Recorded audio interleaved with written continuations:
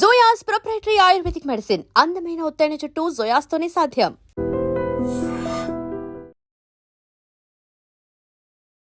Guys welcome to I dream. నేను మీ Chanakya. Guys ఈరోజు మన రియల్ టాక్ విత్ చాణక్యలో ఒక సూపర్ గెస్ట్ని కూడా నేను తీసుకొచ్చాను. ఆయన ఈజ్ ఏ వర్కింగ్ ప్రొఫెషనల్ అయినా కానీ సినిమా మీద ఉన్న ప్యాషన్తో వస్తున్న ప్రతి మూవీని కూడా చూస్తూ అనలైజ్ చేస్తూ అసలు ఎందుకు ఇలా ఉంది అని చెప్పేసి కూడా దాన్ని కూడా ఒక నిర్వచనం అనేది కూడా చెప్తూ మరి ముందుకెళ్తున్నారు. అండ్ సినిమా అంటే మన తెలుగు వాళ్ళకు ఎంత ప్రాణమో ప్రత్యేకంగా చెప్పుకోవాల్సిన అవసరం లేదు. ఆయనే ప్రకాష్ గారు. ఇప్పుడు ఆయన మనతో పాటు ఉన్నారు. మరి ఆయనతో ఈరోజు సినిమాలలో ఏ టాపిక్ గురించి డిస్కస్ చేద్దాం అనుకుంటున్నారా? సో అదేంటంటే Baahubali the epic. Already Baahubali 1, 2 చూసాం. కాకపోతే ఆ 2 మూవీస్ని కలిపి ఇప్పుడు రాజమౌళి గారు October 31st Baahubali the epic release చేయబోతున్నారు. మరి ఈ మూవీ గురించి సూపర్ ఫ్యాన్ అయినా మరి ఇక్కడ ప్రకాష్ గారు ఉన్నారు. సార్తో మాట్లాడదాం. Hi sir. హలో అండి. How are you sir? Good great. This age also మూవీస్ని చూస్తూ అలా దానిలో అనలైజ్ చేస్తూ ఇన్డెప్త్గా మీరు చెప్పే వీడియోస్ కానీ అన్నీ చాలా సూపర్గా ఉన్నాయి సార్. సో ఇంట్రెస్ట్ ఎప్పటి నుంచి స్టార్ట్ అయింది అసలు? చిన్నప్పటి నుంచి ఉంది సినిమా అనేది ప్యాషన్. సినిమాలు చూస్తూనే పెరిగాము. అలాగని చదువునేం నెగ్లెక్ట్ చేయలేదు. So but lot of my classmates ఇప్పుడు కూడా యూఎస్లో ఉన్నారు, అక్కడిక్కడ ఉన్నారు. ఎప్పుడన్నా ఇక్కడికి వచ్చినప్పుడు కలిస్తే ఒక 10 నిమిషాల తర్వాత ఆటోమేటిక్గా టాపిక్ మూవీస్లోకి వెళ్తుంది. ఐ థింక్ సౌత్లో పర్టికులర్గా తెలుగు అండ్ తమిళియన్స్కి సినిమా అనేది ఒక రిలీజియన్. అది బ్లడ్లోనే ఉంటుంది అనుకుంటాను. నేను ఇప్పుడు పెద్ద వాళ్ళను ఐఏఎస్ ఆఫీసర్స్ని వాళ్ళని కలిసినా కానీ కాన్వర్జేషన్లో ఎక్కడో ఒక చోట మూవీ అనేది వస్తూ ఉంటుంది. అప్పుడేమో ప్యాషన్ తోటి చూసేవాళ్ళము, ఇప్పుడేమో స్ట్రెస్ బస్టర్ అయింది, రిలీఫ్గా ఉంటుంది అనమాట. అంతెందుకు పివి నరసింహారావు గారు అనేవాళ్ళు ఇప్పుడు రోజంతా పనిచేసాక అంటే ఆయన ప్రైమ్ మినిస్టర్ అయ్యాక కూడా రాత్రిపూట వీడియో క్యాసెట్ పెట్టుకొని రాజేంద్ర ప్రసాద్ గారి సినిమాలు చూసేవారట. అప్పుడు కామెడీ చూసి ఆయనకు కాస్త రిలీఫ్గా ఉండేదన్నమాట. అది తెలుగు వాళ్ళకంటే ప్రత్యేకంగా మూవీస్కి అసలు విడదీయరాని అనుబంధం. ఏంటంటే ఖచ్చితంగా సినిమా అయినా కానీ పండగ అయినా ఏదైనా కానీ మనం వెళ్ళాల్సింది అంటే గుడి తర్వాత గుర్తొచ్చేది థియేటరే. అంతే. అట్లాంటి రిలీజియన్స్ మనం ఉన్నాము. అండ్ సార్ మనం అయితే ఈరోజు బాహుబలి గురించి మాట్లాడుకుందాం sir. So you have a lot of experience in the professional world. So ఒక కన్స్ట్రక్షన్ కంపెనీకి సీఈఓగా, సో దిస్ అనే different part. Coming to the movies విషయానికి వచ్చేటప్పటికి Baahubali the epic. Already Baahubali 1 and 2 మేము ఓటీటీలో చూసాము, అన్నీ చూస్తున్నాం. మళ్ళీ ద ఎపిక్ ఎందుకు చూడాలి అని చెప్పేసి ఎవరన్నా అనుకున్నారనుకోండి, సో మీరేం చెప్తారు? ఒకటండి, బాహుబలి మన తెలుగు సినిమా ఇండస్ట్రీనే ఎక్కడో గ్లోబల్ ప్లాట్ఫామ్ మీద పెట్టిన పిక్చర్ ఇది. మూవీస్ అన్నీ కూడా బిఫోర్ బాహుబలి ఆఫ్టర్ బాహుబలి లాగా తెలుగు మూవీసే కాదు, ఇండియన్ మూవీసే డిఫైన్ అయినాయి. ఎందుకంటే ఇండియన్ మూవీస్ కూడా కొన్ని వెళ్ళొచ్చు గ్లోబల్ స్థాయిలో, but nothing like this. Because ఇది ఎందుకంటే యూనివర్సల్ సబ్జెక్ట్. ఇందులో అర్థం కాందంటూ ఎవరికి ఉండదు. ప్రపంచంలో ఏ నలుమూలల్లో అయినా రాజ్యాలు, రాజులు, దెన్ లోపల జరిగే ఒడికోళ్ళు, కుట్రలు, కుతంత్రాలు, రాజ్యాధికారం కోసం ప్రతి చోట ఫేబుల్స్, ఫోక్లోరు ఇవన్నీ ఉండనే ఉంటాయి. షేక్స్పియర్ గారే ఎన్నో కథలు రాశారు దీని మీద. సో ఇలాంటి పిక్చర్ ఎక్కడ ఉండదు. అంటే మనం చూసి కూడా డికేడ్ అయిపోయింది. ఓకే, ఫస్ట్ పార్ట్ 2015లో వచ్చింది, సెకండ్ 2017లో వచ్చింది. అండ్ ఇప్పుడు పర్టికులర్గా జెన్ జీ ఉన్నారు, 25 years డౌన్, 15 to 25 years వాళ్ళు. వీళ్ళైతే చూసి ఉండకపోవచ్చు చాలామంది. ఓకే, సో మనకు కూడా మనం చూసి చాలా కాలం అయిపోయింది. దీన్ని క్రిస్ప్ చేసేసి 2 సినిమాల్ని ఒకటి చేసి within 4 hours with an interval in between. So డెఫినెట్గా ఎందుకంటే అందులో మ్యాజికల్ మూమెంట్స్ చాలా ఉన్నాయి. 2 సార్లు కదా ఎన్నోసార్లు చూడొచ్చు మనం. ఓకే, సో అది ఒక రిలీఫ్ అనేది ఇస్తుంది డెఫినెట్గా. ఇప్పుడు షోలే వచ్చి 50 ఏళ్ళు అయింది, దాన్నే మళ్ళీ రిలీజ్ చేస్తే అందరూ అది ఎవర్ గ్రీన్ మూవీ అలా. అంటే ఇది వచ్చి ఇంకా 10 years అయింది. సో డెఫినెట్గా అందరం చూడాల్సిందే. చూడని వాళ్ళు నేను చెప్పినట్టుగా ఈ కొత్త తరం ఎవరైతే ఉన్నారో యంగ్స్టర్స్, వాళ్ళకైతే ఎవ్రీ 2-3 years చాలా డిఫరెంట్గా ఉంటుంది అనమాట. సో 10 years బ్యాక్ అంటే ఆబ్వియస్లీ చాలామంది విని ఉండొచ్చు. ఇప్పుడు అయితే ఒక ఆడియన్స్ చూడని వాళ్ళకి ఇది చాలా బాగా ఉంటుంది. క్రిస్పర్ చేశారు. ప్రాబ్లీ 2 parts చూడడం కష్టమేమో, ఒకదాని తర్వాత ఒకటి. సో ఒకటిగా చేశారు. రెండోది అందరికి కూడా అది ఇంకొకసారి నెమరు వేసుకునే ప్రయత్నమే అవుతుంది. And I think everybody will get a good feeling. And Baahubali విషయానికి వచ్చేటప్పటికి ఆ కైండ్ ఆఫ్ మూవీస్ అనేది కూడా మన తెలుగు ఇండస్ట్రీలో కానీ ఇలా చాలా వచ్చాయని నేను అనుకోవచ్చు. ఇన్ఫ్యాక్ట్ కృష్ణ గారు, రామారావు గారు వీళ్ళందరూ చేశారు. కానీ ఎప్పుడు గ్లోబల్ స్థాయిలో పెట్టడానికి అండ్ ఇన్ఫ్యాక్ట్ నేషనల్ స్థాయిలో కూడా వెళ్ళకోకుండా ఉండడానికి ఈ మూవీ వెళ్ళి అక్కడ జెండా పాతడానికి గల మెయిన్ రీజన్స్ అంటే ఏం చెప్తారు సార్ మీరు? సరే, మీరు అనేది ఏంటంటే స్కేల్ వైజ్ పెద్ద సినిమాలు తెలుగు వాళ్ళు కూడా చేశారు. యా. వేరే భాషల్లో హిందీలో చేశారు డెఫినెట్గా. కానీ సౌత్ ఇండియాలో కృష్ణ గారు లైక్ మోసగాళ్ళకు మోసగాడు, అల్లూరి సీతారామరాజు ఆ టైం నుంచి సింహాసనం అనేది పెద్ద మ్యాగ్నమ్ ఓపస్. యా. చాలా పెద్ద సినిమా. అప్పుడు కూడా అది హిందీలో అండ్ తెలుగులో ప్యారలల్గా తీశారు, వేరే భాషల్లో డబ్ చేశారు. పోతే దానికి ఈ పిక్చర్కి తేడా ఏంటంటే అది ప్రాబబ్లీ ఒక 6 monthsలో తీసి ఉండొచ్చు. ఓకే. సో దీంట్లో ప్రతిదీ పెద్దదే. ఇది ఒక 2 ఏళ్ల పాటు ఫిల్మ్ మేకింగే అయింది. దానికి ముందు ఆబ్వియస్లీ ఎన్నో 1500 స్టోరీ బోర్డ్స్ తయారు చేశారట దానికి. So they work very hard. అంటే ఒక మనిషి ఒక ఋషిలాగా, ఒక యోగిలాగా కమిట్మెంట్ ఉన్న మన రాజమౌళి ఈ సినిమాకి ఐ థింక్ ఆయన 5-6 years అంకితం చేశారన్నమాట. సో ప్రీ ప్రొడక్షన్లోనే స్టోరీ మేకింగ్, దెన్ అంటే ఎందుకంటే ఇది పెద్ద costume drama, period drama. So detailing అనేది ఇందులో మీకు ప్రతి అడుగడుగునా మీకు కనబడుతుంది. ఎక్కడ కూడా మీకు ఆర్టిఫిషియల్గా లేకపోతే ఏదో తొందరగా తీసేశారను, లేకపోతే మోడర్నిజం తాలూకు ఛాయలు కనబడడం జరగదు. సింహాసనంలో మీరు చూస్తుంటే ఒక సాంగ్లో మైసూర్లో బృందావన్ గార్డెన్స్లో షూట్ చేస్తారనమాట. అక్కడ లైట్స్ కనబడతాయి మనకు. ఓకే. ఉన్నాయి. సో ప్రాబ్లీ ఆ రోజు ఆ హడావిడిలో అది అయిపోయి ఉండొచ్చు. కానీ అయితే అటెన్షన్ టు డీటెయిల్ అమేజింగ్ అదొకటి. ఎందుకంటే ఆయన వేరే ఒక పెద్ద నా ఫేవరెట్ డైరెక్టర్ ఉన్నాడు, ఆయనతో పోలుస్తాను, తర్వాత చెప్తాను. కానీ ఓకే. రెండవది ఏంటంటే యాక్టర్స్ కమిట్మెంట్ కూడా. ప్రభాస్ కానీ రానా కానీ ఈ సినిమా షూటింగ్కి ముందరనే 2013లో ఎప్పుడో షూట్ చేసి మొదలెట్టారు, జూలైలో. అంతకుముందే వాళ్ళు వాళ్ళ you know getting prepared for the roles ఒక 1 year నుంచే వాళ్ళు చేశారన్నమాట. ఈ ఇద్దరు యాక్టర్లు కూడా సుమారుగా 4-5 ఏళ్ళు దీనికి వెచ్చించారు. వేరే ఏ సినిమాలో కూడా యాక్ట్ చేయలేదు. సో అలాంటి top stars commitment for 5 years దొరకడం కూడా amazing. And then producers Yarlagadda and Shobu garu. So వీళ్ళు అంటే అప్పటికి తెలియదు మన సినిమాలకి ఇంత స్థాయి ఉందా, ఇంత కలెక్ట్ చేయగలుగుతుందా. 180 crores Part 1కి పెట్టారంటే అది చాలా చాలా పెద్ద సాహసం. అండ్ ఇంకొక మాట ఏంటంటే ఈరోజు ఈ పిక్చర్ని అంటే నేను అంటూ ఉంటాను ఎప్పుడైనా కాన్వర్జేషన్లో, ఇది బాహుబలి మళ్ళీ తీయడం కష్టం. అంటే ఇప్పుడున్న పొజిషన్లో అట్లాంటి తీయలేము.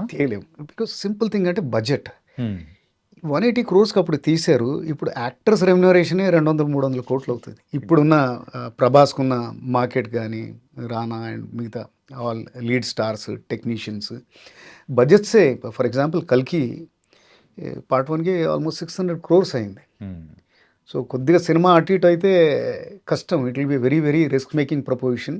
అండ్ ఒక డైరెక్టర్ అండ్ మొత్తం స్టార్ కాస్ట్ ఇంత టైం కమిట్ కావడం చాలా కష్టం అన్నమాట.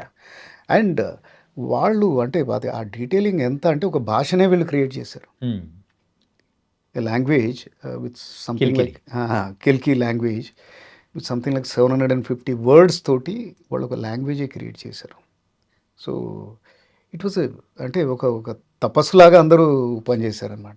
So that's the reason. ఒక హాలీవుడ్లో వాళ్ళ బడ్జెట్స్ ఎలా ఉంటాయంటే ఇది 180 crores తీశారు. మీరు సూపర్ మూవీస్ అవెంజర్స్ ఇలాంటివన్నీ చూస్తే $500 million ఉంటుంది బడ్జెట్. అంటే ఈరోజు కరెన్సీలో సుమారుగా 4,400 కోట్లు. సో డెఫినెట్గా మీకు క్వాలిటీ అక్కడ కనబడుతుంది. Whatever action you see అది. ఇప్పుడు ఈ టైట్ బడ్జెట్స్లో ముకుటా అని ఒక విఎఫ్ఎక్స్ ఫర్మ్ ఉంది, వాళ్ళు చాలా బాగా చేశారనమాట. శ్రీనివాస్ మోహన్ అని was heading this VFX activity. ఆయన అంతకుముందు శివాజీ, రోబో ఇలాంటి సినిమాలకి Shankar is a great technician. ఆయనతో పనిచేసి అది చేశారనమాట.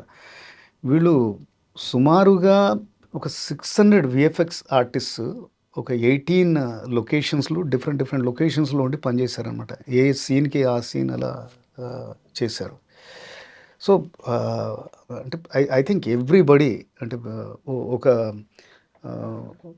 ఒక software engineer is on to the VFX getting paid some 30,000-40,000 rupees also కూడా అదే డెడికేషన్ తోటి సినిమాకి పనిచేసి ఉంటారు. అందుకని మీకు ఆ సీన్స్, ఆ వాటర్ ఫాల్ సీన్ ఏదైతే ఉంటుందో 2 years వాళ్ళు ప్యారల్గా, అంటే అదొకటే తీయలేదు కానీ ఒక team was working on that for 2 years. ఇది ఆ వాటర్ ఫాల్ వాటర్ ఫాల్ సీన్ని సో దెన్ రియల్ అండ్ డిజిటల్ని బ్లెండ్ చేయడానికి Okay. స్టూడియోలో ఏదో క్రియేట్ చేశారు, ఒక సెట్ లాగా రామోజీ ఫిల్మ్ స్టూడియోలో. Then VFX team was parallelly working on that. అంటే చాలా కాంప్లికేటెడ్, ఏదో ఫ్లూయిడ్ డైనమిక్స్ అది ఇది, ఆ వాటర్ ప్రెషర్, అంటే మీకు అది రావాలి కదా. అంటే మీరు వావ్ అంటే మనకు స్టార్టింగ్లోనే వస్తుంది ఆ సీన్. అది అంటే అందరూ అంటే కాసేపు ఊపిరి పీల్చుకోవడం ఆపేశారు ప్రేక్షకులు, ఇలా కూడా తీయొచ్చా అనేది. ఇన్ఫ్యాక్ట్ ఒక షార్ట్లో సార్ ట్రైలర్లో కూడా రిలీజ్ చేసినప్పుడు ప్రభాస్ గారి కాళ్ళు అడుగు పట్టుతూ ఇట్లా లో యాంగిల్లో కెమెరా పెడితే ఆ వాటర్ ఫాల్స్తో చూపిస్తూ ప్రభాస్ గారిని కూడా చూసేటట్టు చూపిస్తారు. అప్పుడే అర్థమైపోతుంది. And lot of training he's gone into that. ఎందుకంటే ఆ మౌంటైన్స్ అవి క్లైంబింగ్ అవన్నీ షూట్ చేయడానికి వీళ్ళకు వైర్ షాట్స్ ఉండే, దానికోసం కూడా they had to get trained. And Tamannaah కూడా డాన్స్లు ఆ కొండల మీద అది ఇది, అది లాట్ ఆఫ్ వైర్ షాట్స్ ఉండినాయి అనమాట. దానికోసం చాలా ప్రాక్టీస్ అది ఇదంతా కూడా. అసలు అంటే మీకు తెర మీద కనబడే ఒక 1 minute సీన్కి ప్రాబబ్లీ ఒక 10 రోజులు 20 రోజులు పనిచేసి ఉంటారు. సో అంత డెడికేషన్.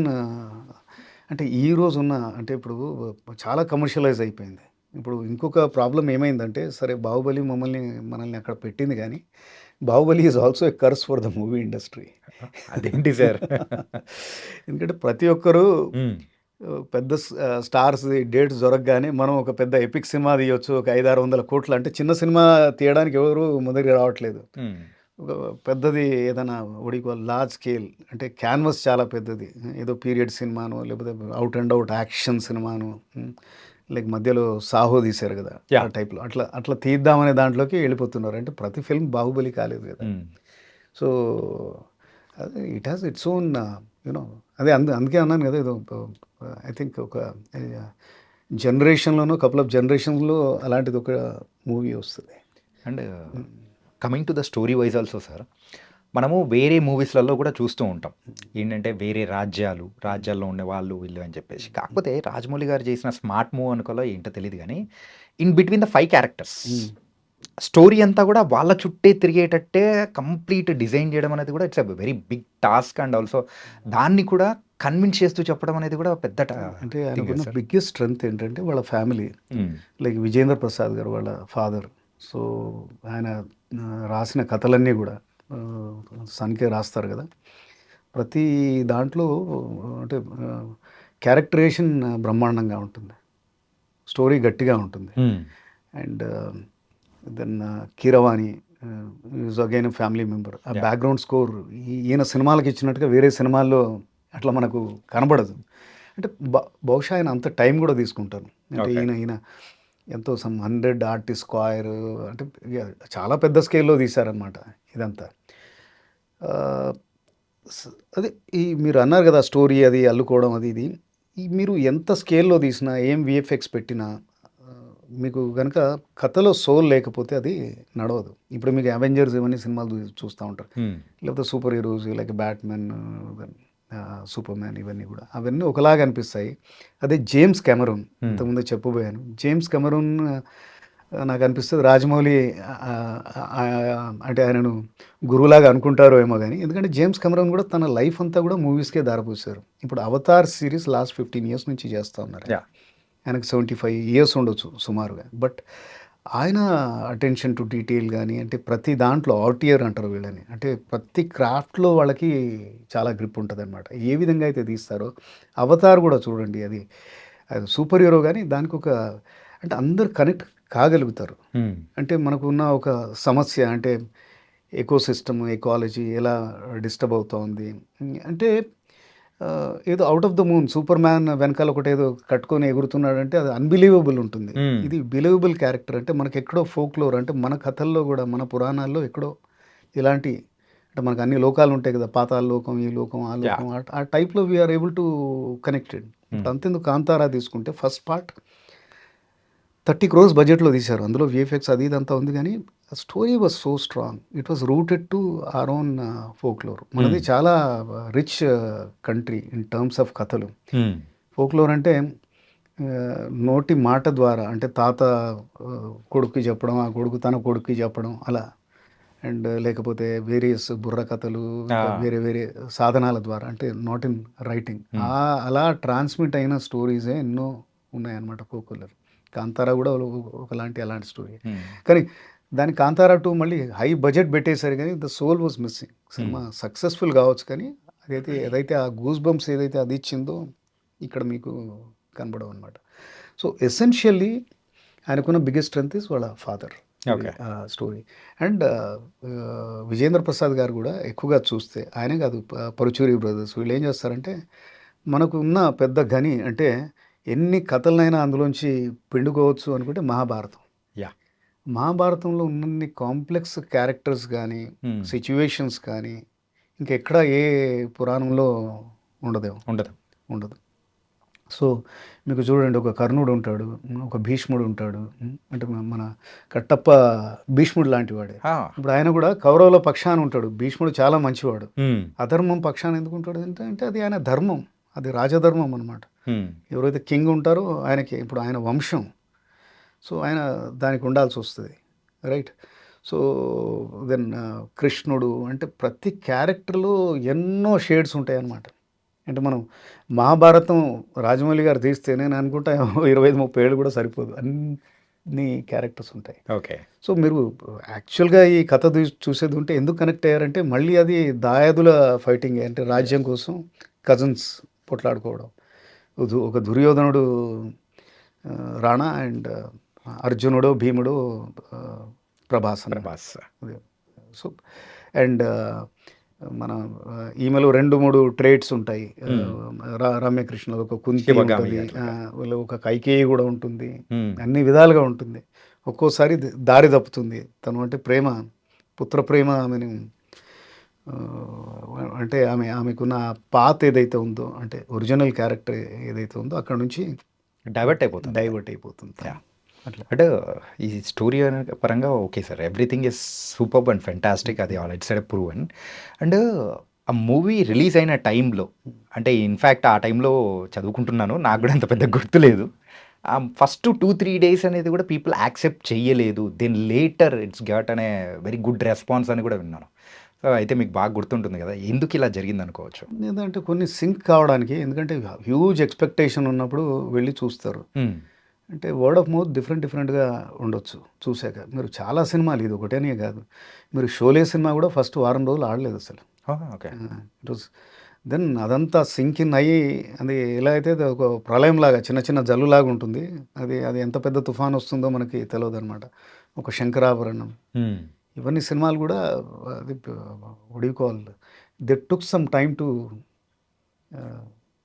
ఆ పీక్ వెళ్ళడానికి. పుష్ప తీసుకున్నా అలానే ఉంది కదా, పుష్ప కూడా ఇనిషియల్గా, ఈవెన్ సెకండ్ పార్ట్ కూడా ఇనిషియల్గా ఒక 2-3 డేస్ కాస్త మిక్స్ టాక్ అట్లా ఉండేదన్నమాట. So then that is how it happens. ఒక ఫస్ట్ ఏదైనా అటెంప్ట్ చేస్తే అది ఉంటుంది, అది సింక్ ఇన్ అయ్యి స్ప్రెడ్ అయ్యే వరకు. ఐ థింక్ సోషల్ మీడియా కూడా 2015లో ఇంత యాక్టివ్ లేదండి సార్. ఇప్పుడున్న యూట్యూబ్ ఛానళ్ళు అవి లేవు. అండ్ మీరు ఈ బాహుబలి మూవీ చూస్తున్న టైంలో కానీ 1 and 2, సో మీ ఎక్స్పీరియన్స్ ఎలా ఉన్నది ఏంటి? 1 మామూలుగానే ప్రసాద్లో చూశాను బిగ్ స్క్రీన్లో. సెకండ్ సినిమా చూడడానికి టికెట్ల కోసం చాలా కష్టాలు పడాల్సి వచ్చింది ఫస్ట్ డే మార్నింగ్ షో చూడడానికి. ఓకే. అంటే చాలా రేర్గా సీక్వెల్ కూడా, ఎందుకంటే సీక్వెల్ అనగానే ఎక్స్పెక్టేషన్స్ ఉంటాయి. అండ్ ఈ సీక్వెల్ బాగా వడికోల్ ఎక్స్పెక్టేషన్ ఎందుకు ఉండిందంటే the way they ended first పార్ట్ని, కట్టప్ప ఎందుకు చంపుతాడు అనేది దాని మీద అది చేశారు. ఇంత ఎక్స్పెక్టేషన్ని సీక్వెల్లో అంత బాగా తీయడం అనేది చాలా రేర్గా జరుగుతుంది. చాలా మటుకు చూస్తాం, more than 50% of the sequels యాక్చువల్గా పోతాయి. ఆ బర్డన్ ఆఫ్ ఎక్స్పెక్టేషన్ ఉంటుంది. బాగానే ఉండొచ్చు ఆ సినిమా, కానీ పబ్లిక్ అబ్బా ఇదే ఎంత ఉంది కదా, అది ఇంకా ఎక్కువ ఉంటుందని, అది సీక్వెల్ని ఫస్ట్ చూడకుండా సెకండ్ పార్ట్ చూస్తే బాగా అనిపిస్తుంది మనకు చాలా సినిమాలకి. సో అది ఉంటుంది. దీన్ని కూడా అంత బాగా పకడ్బందీగా రాశారు. ఇక్కడ I think it was much better than first part. అది చాలా రేర్గా జరుగుతుంది. అందుకని ఫస్ట్ పార్ట్ 650 crores కలెక్ట్ చేస్తుంది, 1800 crores కలెక్ట్ చేసింది. యా సో అందుకేనేమో సార్ ఈ మూవీ అనేది కూడా ప్రత్యేకమైనది మన తెలుగు ఇండస్ట్రీకి. ప్రతి ఒక్కరు కూడా ఇప్పటికీ తెలుసుకుంటుంటారు బాహుబలి లాంటి సినిమా తీయాలని ప్రతి ఒక్క అంటే దర్శకుడి కళ. అది అందరికీ సాధ్యం నెరవేరదు కదా. ఇప్పుడు ఒక రమేష్ సిప్పికి ఒక షోలే ఉన్నట్టు, కమాల్ అమ్రోయికి ఒక ముగ్లే ఆజం ఉన్నట్టు, ఆ టైప్లో రాజమౌళి గారికి ఆయన కూడా బహుశా అలాంటి పిక్చర్ తీయగలుగుతాడో లేదు. ఎందుకంటే నేను చెప్పాను కదా ఇన్ని ఫ్యాక్టర్స్ ఉన్నాయి. I don't think A team కూడా 5 ఏళ్ల టైం ఇప్పుడు ఇవ్వలేదు.